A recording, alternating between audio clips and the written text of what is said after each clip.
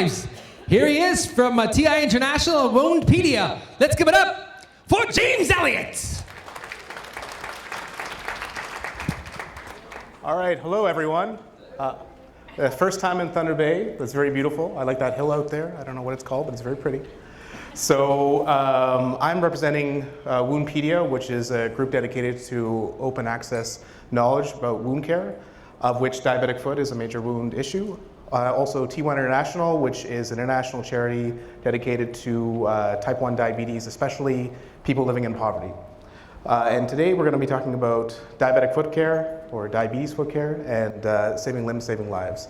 And before I begin, I want to say that I appreciate the invitation. I want to give thanks to SOTI. I want to give thanks to NADA. And I come here in a spirit of openness and a spirit of respect for the Aboriginal cultures. And also I want to learn more about these Aboriginal cultures. So come and tell me about them. So here we go.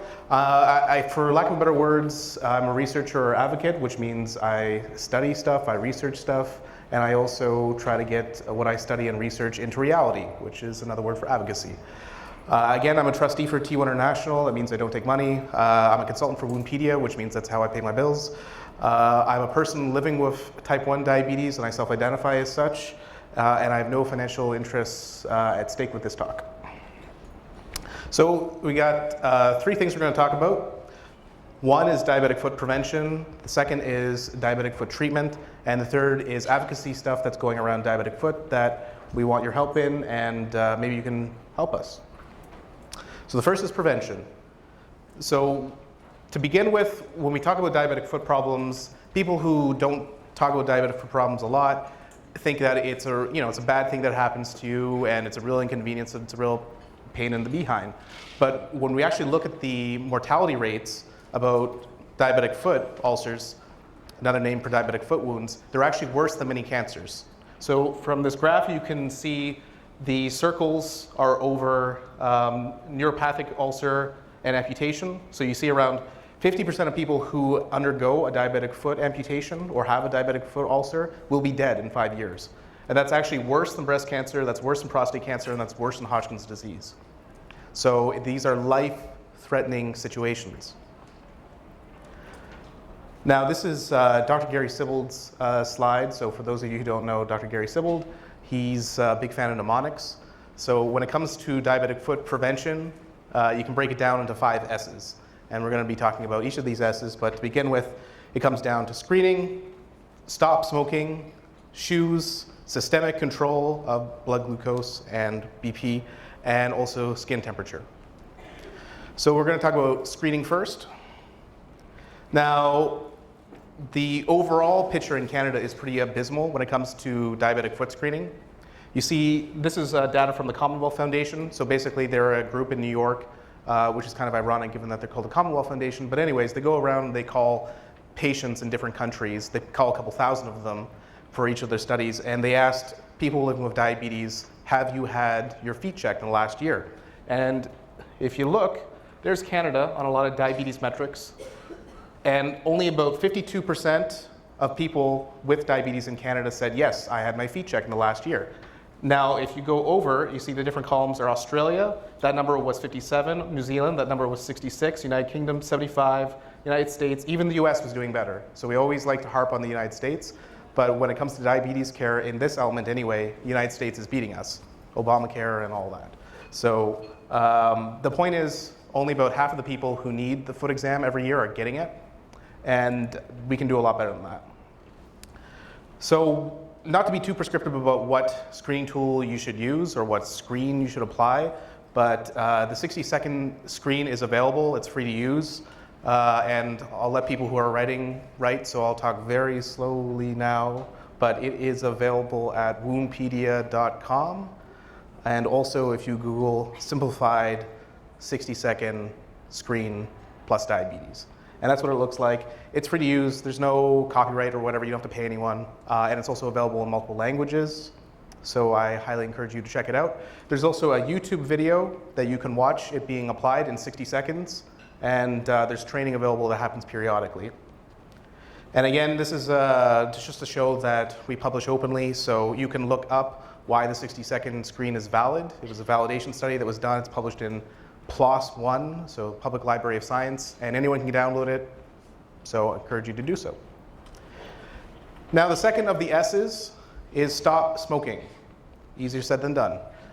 But you could spend a whole career on smoking cessation. Indeed, many people do. I mean, that's people's whole jobs, is to do smoking cessation.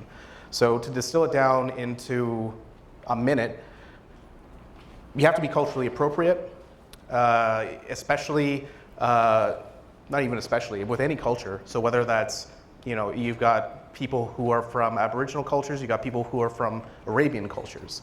Be culturally appropriate. And I actually picked this up from Chief Day back in August. I met him at a conference in August, and he said the messaging, which is good to use, is limit non-traditional tobacco use. So it's not stop smoking cigarettes, you have to limit non-traditional tobacco use, because of course there are traditional uses of tobacco. So a good example that I found is the Wabano Sacred Smoke Program. I don't know if anyone here from Wabano is, yeah. Well, there you go, talk to her. It's a good program. Yeah, so there you go, that's easy. And, but for everyone, you should be conveying the reasons for stopping to smoke very simply, but very accurately. So again, it's not this general, you'll get lung cancer and stuff. For diabetic foot, smoking physically decreases the blood flow to the feet. It physically decreases the blood flow, and you need blood flow there. So it's going to decrease your chance of healing, and it's going to increase your risk of problems. Another good resource to check out, so again, I'll talk slowly so people can write it down. Lessons Learned in Ontario, Aboriginal Tobacco Cessation, and this is freely available from Cancer Care Ontario, but it gets into case studies and different programs that have been tried, different tips. But yeah, and I think the slides will be available, so if anyone wants to, or ask the nice lady from Wapano, because she'll point you in the right direction. Actually, I have no idea if she will. Hopefully. So third S is shoes, which in diabetic foot parlance is also known as offloading. In other words, offloading the pressure. So to skip over this, shoes and everything that goes with them. So socks, the offloading devices, the plantar pressure redistribution boots if needed.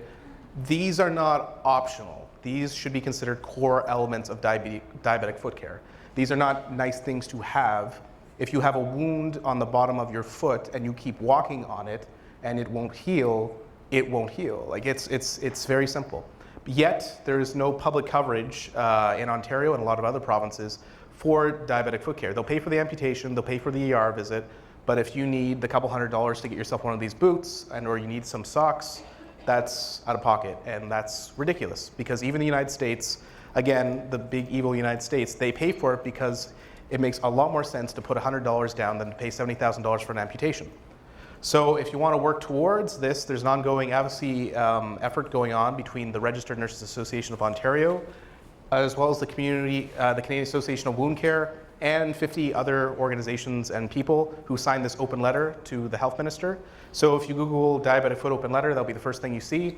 But I'll be here tomorrow and the rest of the day, you can talk to me. But we're trying to generate pressure to get this into reality because it's absolutely ridiculous. And there's some other demands in there as well, but I'll talk to you offline about that. Fourth S, systematic blood glucose control, as well as BP. So I like this. Does anyone follow type 1 diabetes memes?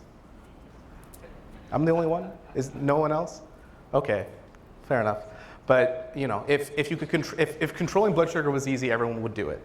And that's the simple reality. And I see a lot of people who are in the diabetes world, but they lack the empathy a lot of times with their patients. And just having type 1 myself, it's not easy even if you do this for a living. Even if you study diabetes education for a living, it's not the easiest thing.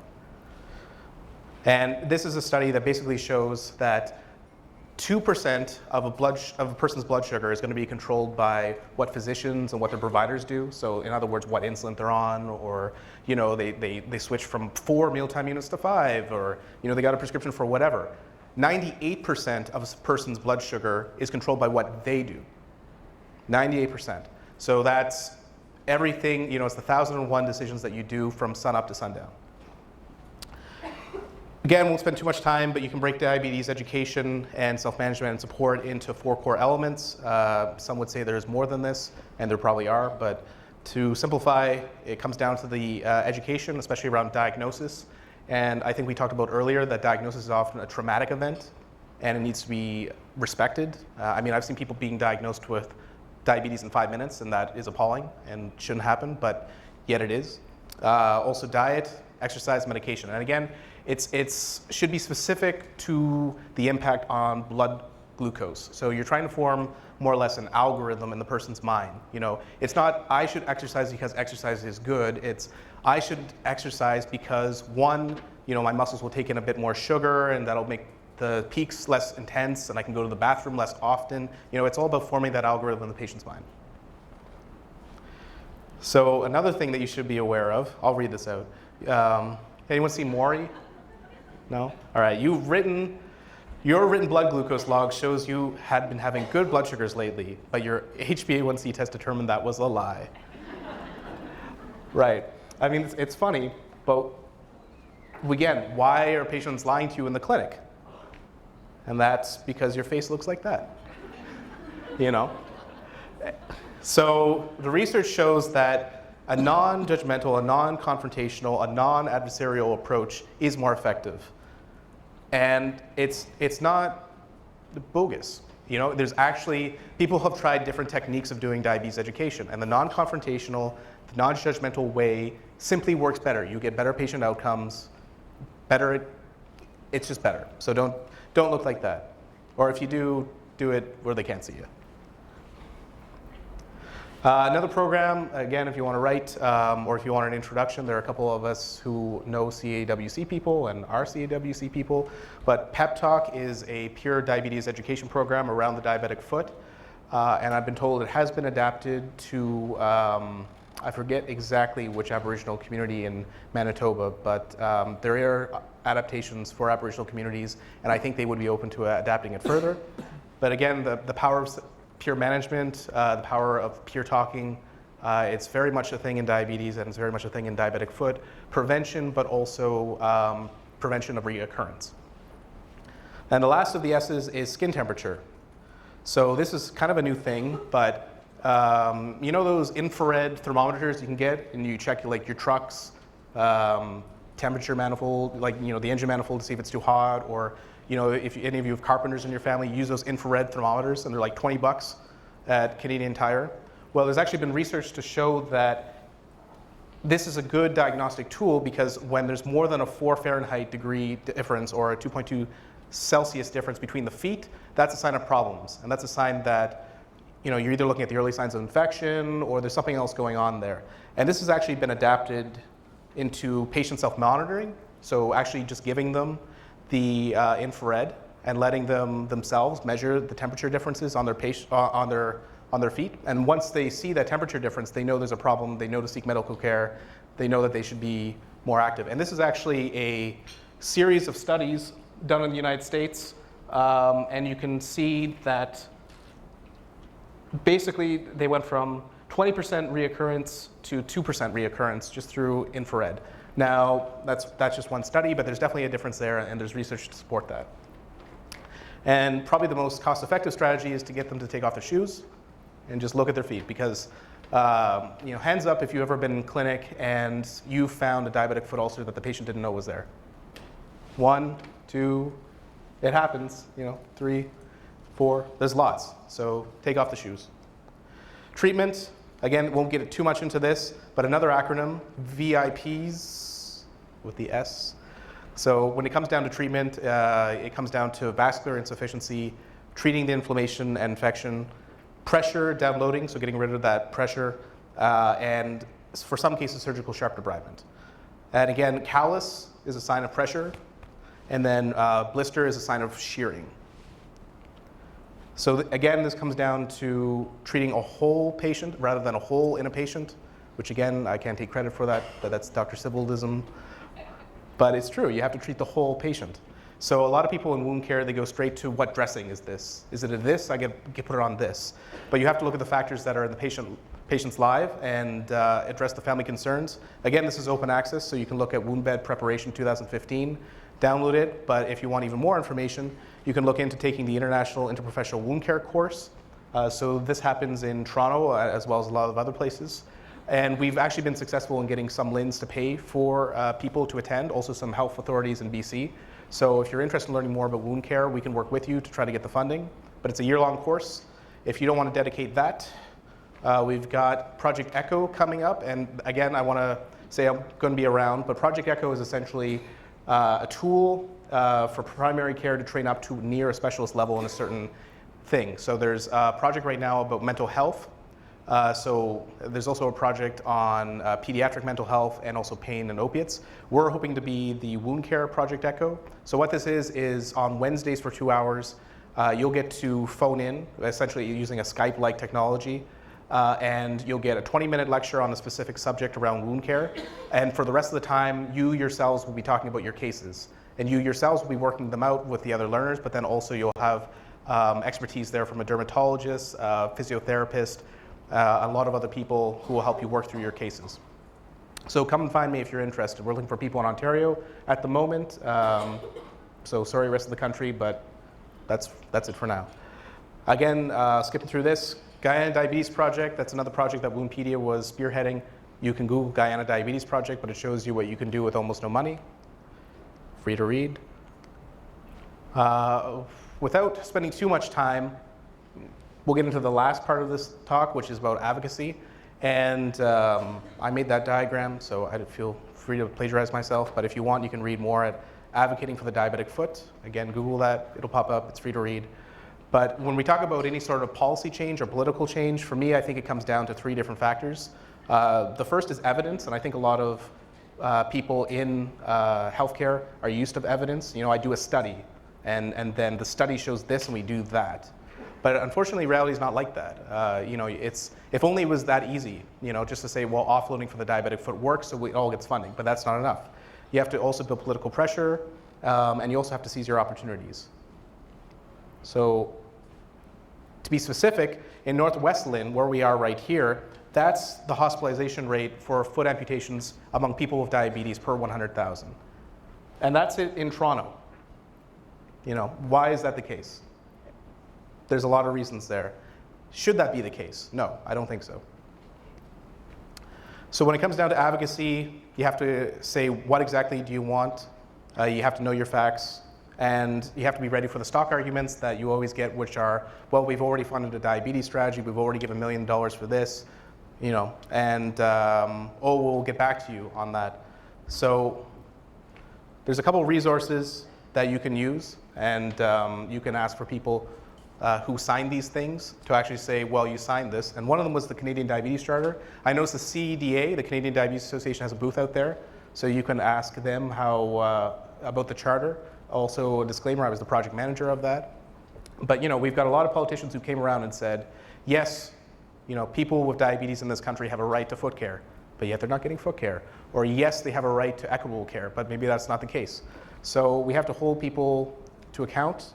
And you've got a lot of partners available who are going to do that. Another resource is Diabetic Foot Journal and also a community, which if you're interested in diabetic foot care, it's a free resource. I highly recommend checking it out. Lastly, T1 International is a group that I'm a part of. It's a advocacy group dedicated to type 1 diabetes in low and middle income countries. We've got a charter, but more than that, we try to tell stories and lived experience living with type 1 diabetes across the world. If anyone here has type 1 diabetes, we'd love to hear from you. We also have the Cape Town Declarations, and then that's my take-home points. So 5 S's for prevention, the VIPs for treatment. When you have a patient, never assume they have any diabetes education. We got ECHO on the roll, but IAWCC is here. Check out T1 International, the Diabetes Charter from Canadian Diabetes Association, and the Diabetic Foot Open Letter. Thank you. James, everybody, he's a machine. James, on behalf of the old gang. These are urban poles. All right. You got a set? Yeah. Those are really nice, huh? Yeah, very nice. Grab a seat, James. You're in the next panel, huh? Don't forget, we have Nordic Walking tonight with Urban Polling. That's happening at 5:30. And bring your poles if you have some, if you want to come and check us out. For our next panel, we need Jerry and Allison to please come forward. Jerry and Allison.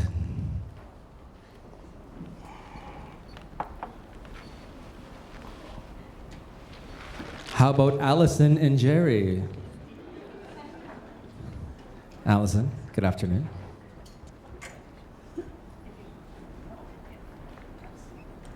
If we get a sound technician, please, to hook her up. Thank you very much. Jerry Martin Natao. These are pretty slick. Jerry Martin Natao. Mateo. You guys know Jerry? Who knows Jerry? I guess if he was here, he'd come up, right? So yeah. You're looking around. I don't think he's here. He's not coming up, so. So we're gonna see where we are. We're just gonna roll. That's okay with you guys? We're just gonna roll. We're gonna do this. So far we have Allison. Allison Aduno. She's a nurse practitioner from the Center of Complex Care Unit, Thunder Bay. So she's with us. Let's give it up for Allison, guys. And we have our old friend, James Elliott. He's back with us. Featuring urban polls. If Jerry comes up, then we'll slip him in the podium. No problem, we're all good there. Allison, how about we start off with you? Is that okay? Yeah. Let's do a quick sound check first, if you don't mind. Okay. Can everyone hear me? Check, check, check. My friends, let's welcome our final panel for today. Patient treatment and care options. Let's put up for Allison. Take it away, Allison. I don't know if I was under the understanding it was questions being asked of me, not a specific talk. Then ask for some questions. Sorry. If you don't mind, introduce yourself, and that way people can get some context, the kind of questions to ask you, if that's okay. Okay, sure. I'm a nurse practitioner, and I work at the Center for Complex Diabetes Care at the Thunder Bay Regional Health Sciences Center. The Center for Complex Diabetes Care is an interdisciplinary team of professionals. So we range from physicians, nurse practitioners, nurses, dietitians, pharmacists. We have social worker. We have a psychological associate with our team. We have wound care. We have chiropodists. We have an Aboriginal liaison.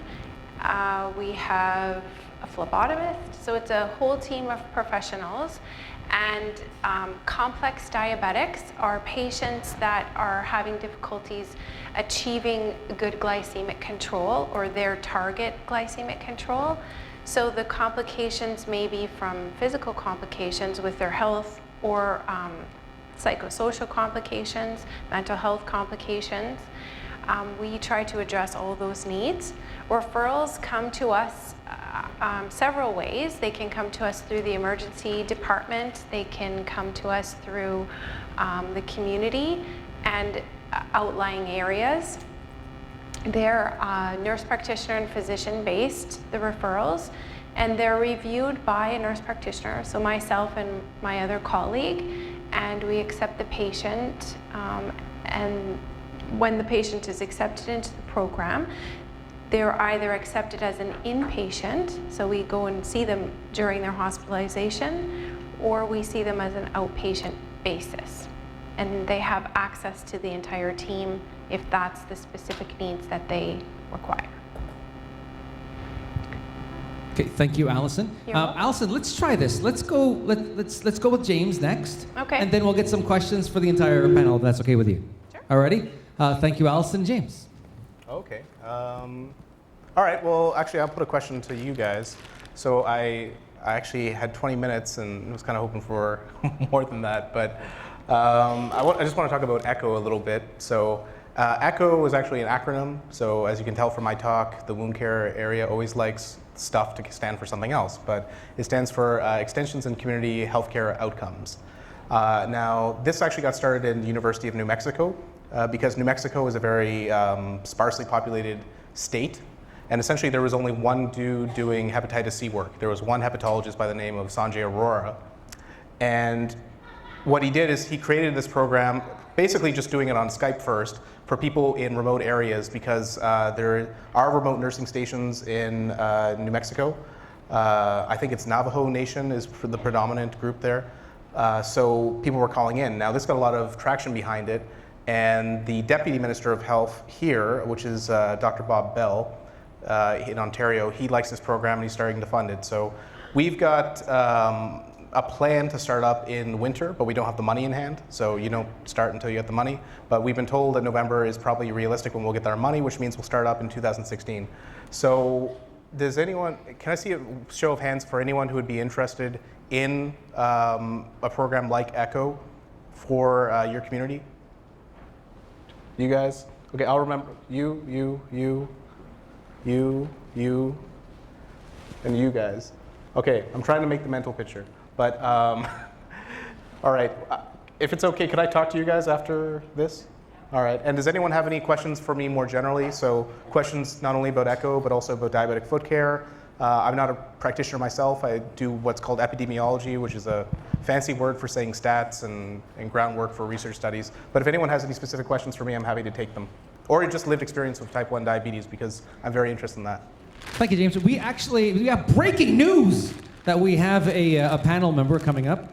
Fairly short notice, but we're really excited. Really excited. Let's give it up right over here. She has a welcome. Right, let's give it up, folks. Lindsay Kosh from Sony is joining us last minute. We didn't have to bribe her whatsoever. Hello. I'm good. Lindsay, we're gonna hook you up on with a lavalier. We got our beautiful technician coming up right now.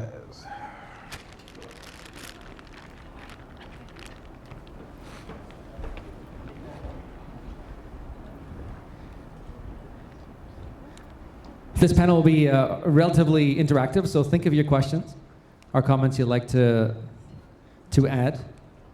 We're going to break over at 3:55. That's the next round of workshops. We're going to keep those on time. Lindsay, welcome. Thank you. Can we do a test, please? Test. You don't have to hold it up. Just leave it. Can you just leave it right there? Just give a test, Lindsay. Test. Perfect. Can everybody hear me? Yes. Take it away. Thank you. Ani buju, Lindsay and Dishnakas, Jibunoning in Dunjiba, Anishnabe Kwe. Hello, everyone. Welcome. My name is Lindsay Kosh, and I'm originally from Shibananing. I am of Anishinaabe descent as well as Scottish ancestry. And I understand that we're here today to speak about the lack of access to care for a lot of our northern community members. And I just kind of wanted to share a little bit of my experiences in being with the North and some of the lack of accessibility to care options for clients. A lot of times when we do travel into northern communities, it's sort of a first time that community members are really receiving diabetes education from a very cultural background and cultural specific information.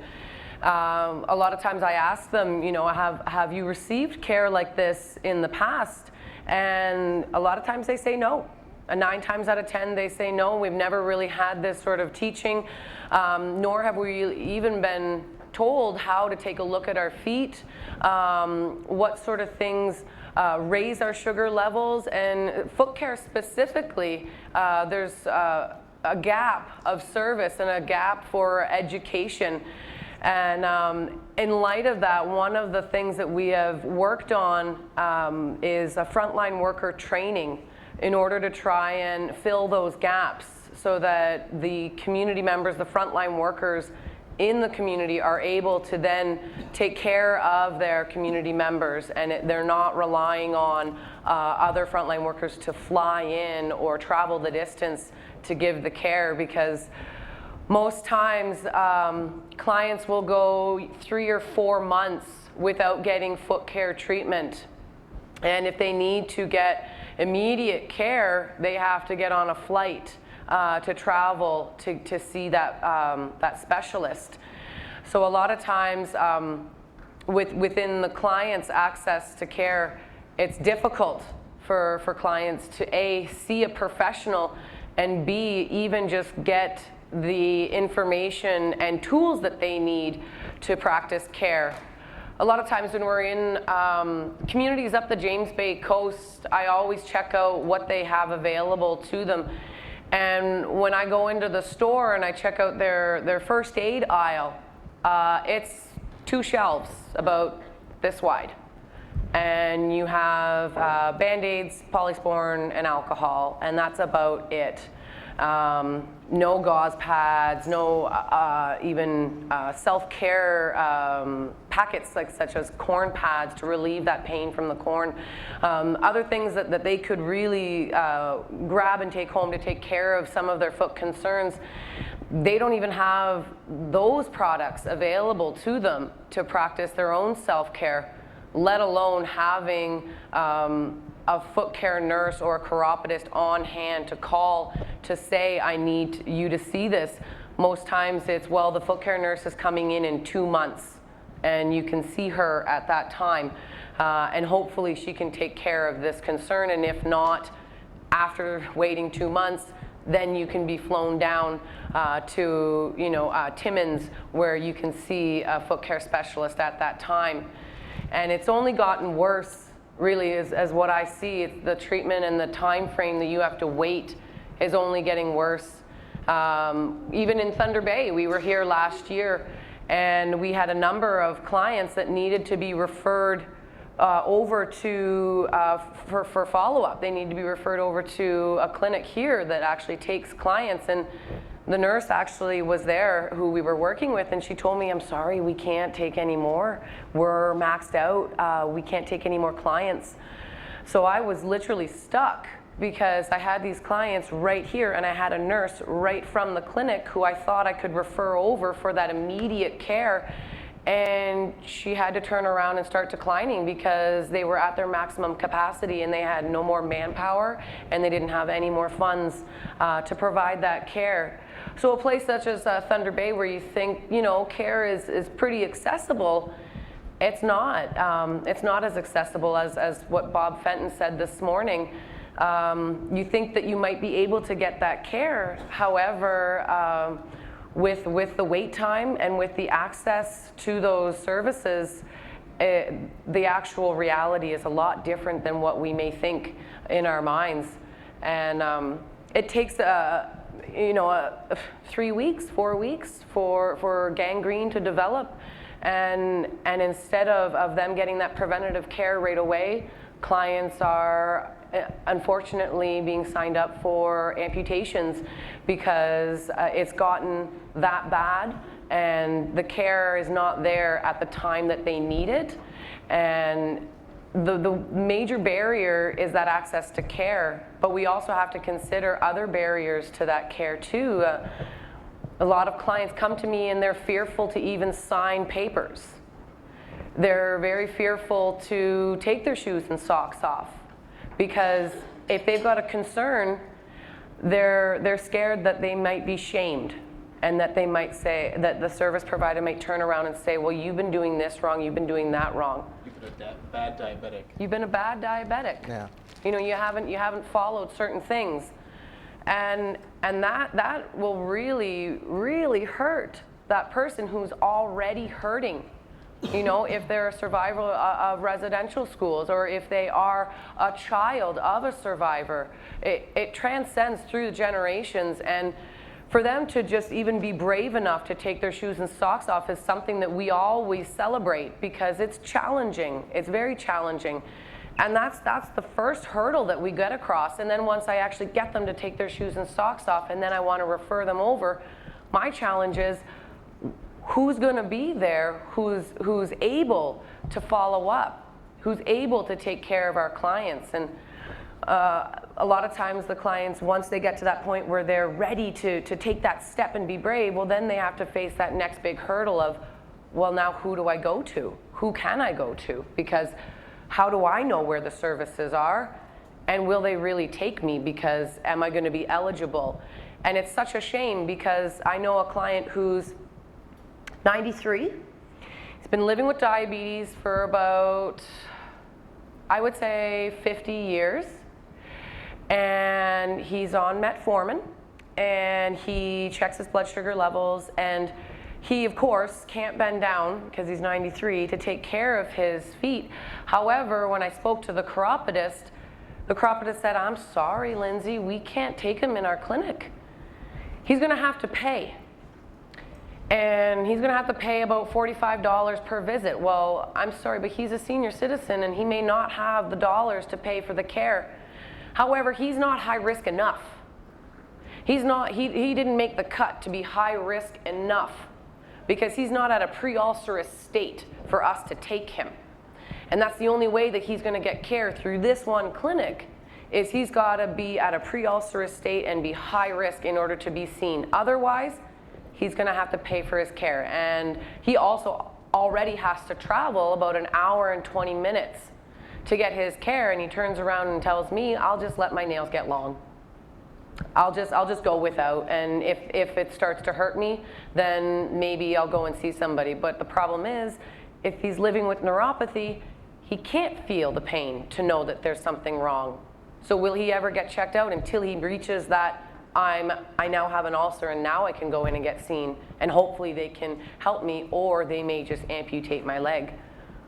Those are some of the things that are being faced with by our community members.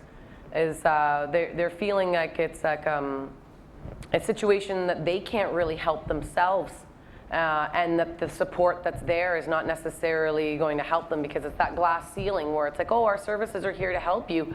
However, you got to be at this level of risk in order for us. You got to be basically on your way to losing your limb before we help you. And that's just the standard, and that's just the system that's set in place. Because they're just players of the system. And the chiropodist even said to me, I'm really sorry, Lindsay. I wish I could help, but these are the policies that I have to abide by. And it is what it is until the system changes, until we can actually make a change within the system, that I can actually start seeing these clients, or maybe we can start bringing on foot care nurses to see these clients on a preventative level, because at this time, we're not at a preventative level, we're at a reactionary level. We wait till there's a concern and then we react onto that concern. And most times it's too late. That's some of the things that have been brought to my attention when traveling within the North, and some of the clients' stories and feedback. And just sort of to give you a perspective as to the access of care, I had one gentleman who was in the South. And he had called me one day and he said, Lindsay, I have a concern. I need to see a foot care specialist. I'm going to be honest with you. My one foot's really bad. And so I said, okay, well, let's go through the directory here. Let's see who's on our team. Let's see who I can refer you over to. You know, there's this clinic, this clinic, this clinic. Please give them a call. And may I ask, you know, what's your concern? And he's like, I've got a big ulcer on the bottom of my foot, and I think I'm going to lose it. I've talked to a surgeon because my family doctor referred me over to the surgeon right away, and the surgeon says he wants to amputate me in 3 weeks. I've been set up with an amputation. And I'm like, okay, well, let's be proactive right now. You know, you were brave enough to give me a call and reach out for the support. So I'm gonna give you the support, and you're gonna call these clinics and they're gonna try and save your limb. And so things happened, and he had called back and he said, wow, Lindsay, I really gotta thank you for being there for me and for leading me in the right way. And I'm just sad that I didn't reach out soon enough and that I didn't reach out earlier on. I said, well, you know, what happened? And he said, well, I was able to call this one clinic that you told me to, and he told me, don't go to your amputation appointment. Don't go. And he said, well, I have to. It's now 2 weeks away. He said, don't go. Come to my clinic. You know, it's 20 minutes away. He's like, I can't drive. I'll send a car.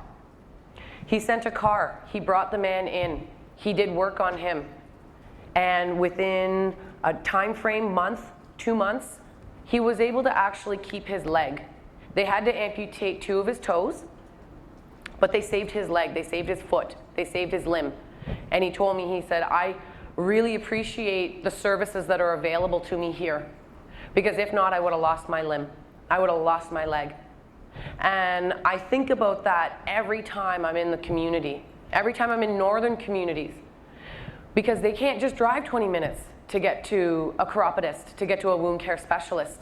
They have to wait, and they have to live with the concern because there is no service available to them at that time. And most cases, they end up having that amputation instead of actually getting that care that could save that limb. So that's sort of my perspective and clients' perspective within Northern Ontario regarding diabetes and foot care services and that access to care and some of the system challenges that are set up in place that hinder our ability to help our people and to deliver that care that's needed in order to prevent the complications of diabetes, specifically the amputations that are so rampant here in the north. So if I can just speak to that. If you have any questions or comments, let me know. Keep going. So you had mentioned even when they are in Thunder Bay, so often now we're finding that it's more difficult to get patients in from the community. So non-insured will pay for them to come to an initial consultation, but they stop paying for them to come for follow-up appointments, which means then that their foot care appointments are missed and we're not seeing them for months on end. So we're having to attach other appointments to it. So if they're coming to Thunder Bay for a kidney specialist appointment, we're having to attach multiple visits for that patient, which even that in itself, access to care. So where we're located is at the Thunder Bay Regional, but then our wound care program is at St. Joseph's Hospital, and the chiropodist is at the Heritage, which is on Red River Road. So there's 3 separate locations for a person that's flying in without a vehicle and doesn't really know the city at all. So no help at all. So even when I get them here, it's not that it's all accessible to them. I can maybe get them in quicker if they're a patient of our clinic, but even then, it still might take a couple of days. They may have to stay here, and then travel between each of the places is a challenge as well. I could just, if you're ever talking to a politician, here's a good tip you can use. Okay, well, first of all, I'll pose a question. So where in Canada do you think has the best diabetic foot public coverage? Like, you know, where everything's paid for, where, well, you know, that's, I told you. Shout it out, someone. Prison, federal prison. In federal prison, there is coverage for offloading, there's coverage for chiropody, there's coverage for podiatry, there's no out-of-pocket, and the wait times aren't that bad. Federal prison. Right, but maybe they should. I mean, that's a bit of a facetious comment, but a diabetic foot ulcer, as I showed you in the graph, is a life-threatening emergency. You know, I would rather have Hodgkin's disease than a diabetic foot ulcer because the stats show I have a better chance of living. So it's an emergency situation, should be treated as such. The situation in Canada is shameful, and you know, you have to think about how we can try to change this collectively. And I think a big way to do that is by telling these stories, telling the stories of the people that we see, of our loved ones who are affected, and holding truth to power. But that's what I think.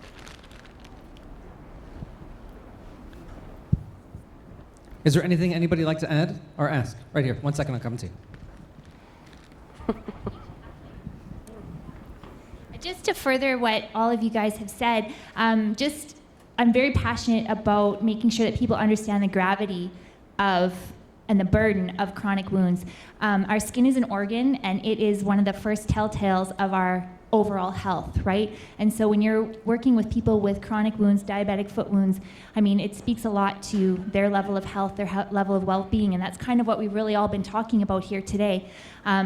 The other thing is that people with chronic wounds really don't belong to anyone, right? They don't have someone, they don't have a cancer doctor, they don't have a, you know, and so it's really important that we advocate, like James has said. The CAWC is really trying to push this forward because of the gravity of the situation. Our LHIN is the highest amputation rate in Ontario, almost in Canada, and that's not right. And I mean, it's wonderful that we do have access to wonderful experts in Thunder Bay, but people shouldn't have to come here. They should be able to get their care in their own home community. And so that's what we need to advocate for. It's crazy. I've had patients who've gone to Winnipeg, and then they have to come to Thunder Bay, and then they have to go back to Winnipeg. And I mean, some of these people are on dialysis. They shouldn't have to do that, right? So thank you very much for all your comments, and thank you for everyone who's here. Oh, and just one last comment. CAWC is Canadian Association of Wound Care. Google it. Look, there you go. That's my phrase. Can you say that all over again? I don't think you were on the mic for your entire sentence. Sure. For CAWC stands for Canadian Association of Wound Care. I wish my French was good enough to say it in French, but it's not. But it's a national organization, or you can just come and talk to me or Dee. And just if you're looking for sort of ways that you can help your community, going back into the community, SODI has a lot of resources on our website. And I think the biggest thing right now that, at the end of the day, when I look at the system, I shake my head, but I can't make that change alone. And we have to make that voice stronger together.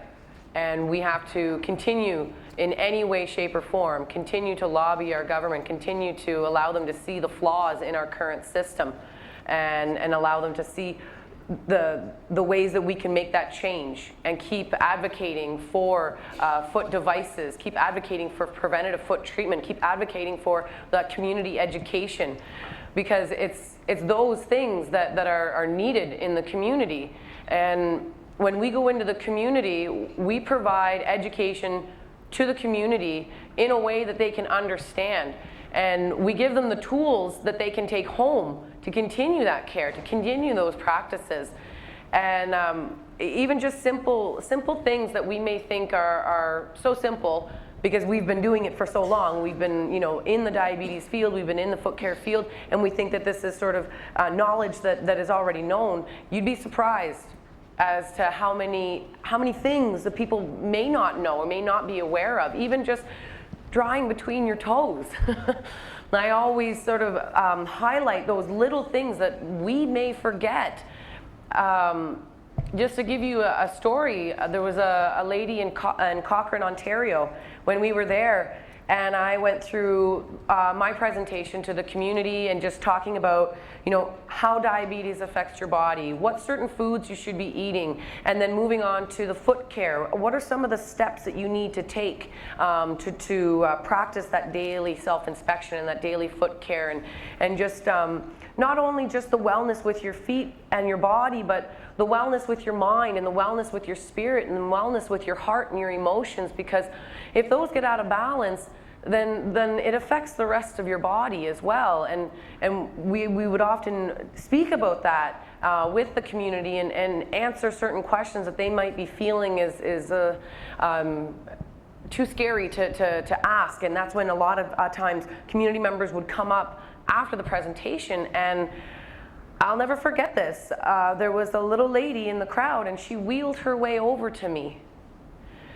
And she was an amputee, and she told me, "I really wish you were here 5 years ago, because you would have saved my limb. Because what you talked about in your presentation about drying between your toes, I didn't do. And then I got a sore in between it, and the sore never went away. And that's why I got an amputation." As well as the fact, with the complications of diabetes, her immune system, a lot of that, with being able to fight, that sore, and just that simple little breakage of the skin. It just snowballed out of control, and to a point where she couldn't handle it, and she couldn't help it. She couldn't help that ulcer. The services weren't there to help her.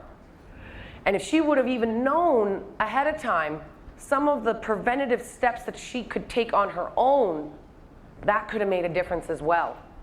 So we always want to advocate for that system change, for that access to care, but for the education in the community, for that awareness in the community, to be able to teach them to have that self-reliance, to empower the community members so that they can take care of their feet too.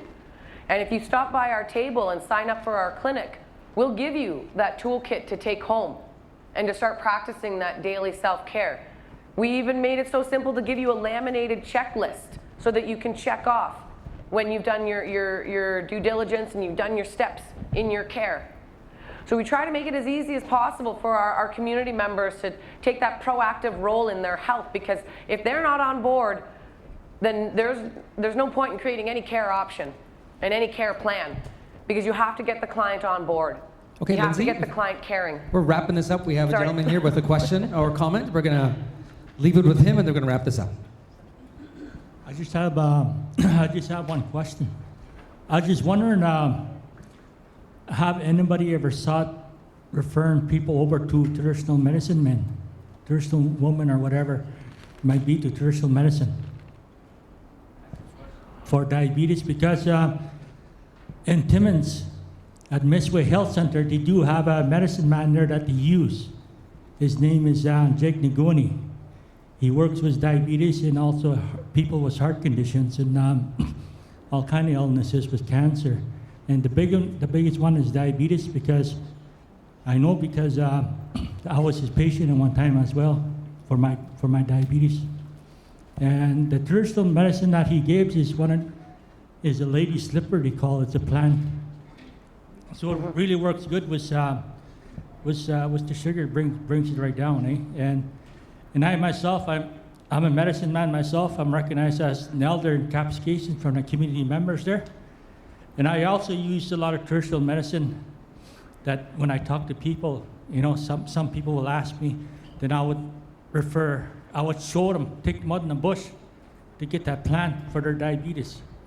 So even myself, I recently went under surgery for a triple bypass 2 months ago. Okay, and one of the things because I was using traditional medicine after that, one of the things the doctors had told me is that we never seen anybody heal so fast from a triple bypass. Even the wounds were healing really fast. Because they were really surprised, because I was using that traditional medicine for my wounds, for my incisions. And so I'm just wondering, is there any way that in your profession ever send clients to a traditional medicine man, traditional person? That's a really good question, and I think the main reason why there has been sort of that breakage is picking medicines take time. Working with that one person takes time, and within the Western world of medicine, what's fast is the script and the pill. That's fast. But it's not always the best way. It's not always the best way to be able to work with your client, because again, if you prescribe that pill, we may be missing out on a lot of other medicines, traditional medicines that we could be using. And in one case in Sioux Lookout, there was a gentleman who had an ulcer that it didn't matter how much they debrided, it was still not closing. And so what they did was they pressured the physician that was there to write a script for Labrador tea leaf. And that Labrador tea leaf closed that wound. But it's it's the leap of faith for the Western medicine to believe in the traditional medicine. And it's the push from our traditional world to keep pushing for those medicines, because there is that breaking down of communication between both that's really prohibiting us from moving forward with our traditional medicines. And we need to keep pushing for those traditional medicines so that the Western medicine world can understand that this does work. These are cases that it has worked for us. And a lot of times it's that fear of, well, there's no stats to back it up, and it's a lot of evidence-based, right? So if we can give that evidence, then we can push more for those medicines. And one of the things that SOTI has done is we have created a frontline worker training where over the course of 3 days, not only do you learn about diabetes and foot pathologies and how to do an assessment, but you also learn about the medicines. We have a plant therapist, a healer that comes in and teaches them about medicines, and then we actually create a foot salve from the medicines that we have. So we're trying to introduce it, and we're trying to make it more evident to the Western medicine world, to our physicians, to our pharmacists, to our government, that these medicines work. And we need to keep speaking about it, and keep talking about it, and keep making those referrals over in partnership with the Western medicine world, because we are dynamic beings, and if we're already on certain medicines, we have to make sure that that there's not going to be any complications with the Western pills and our traditional medicines. So it's definitely coming back, and it's definitely coming back and growing.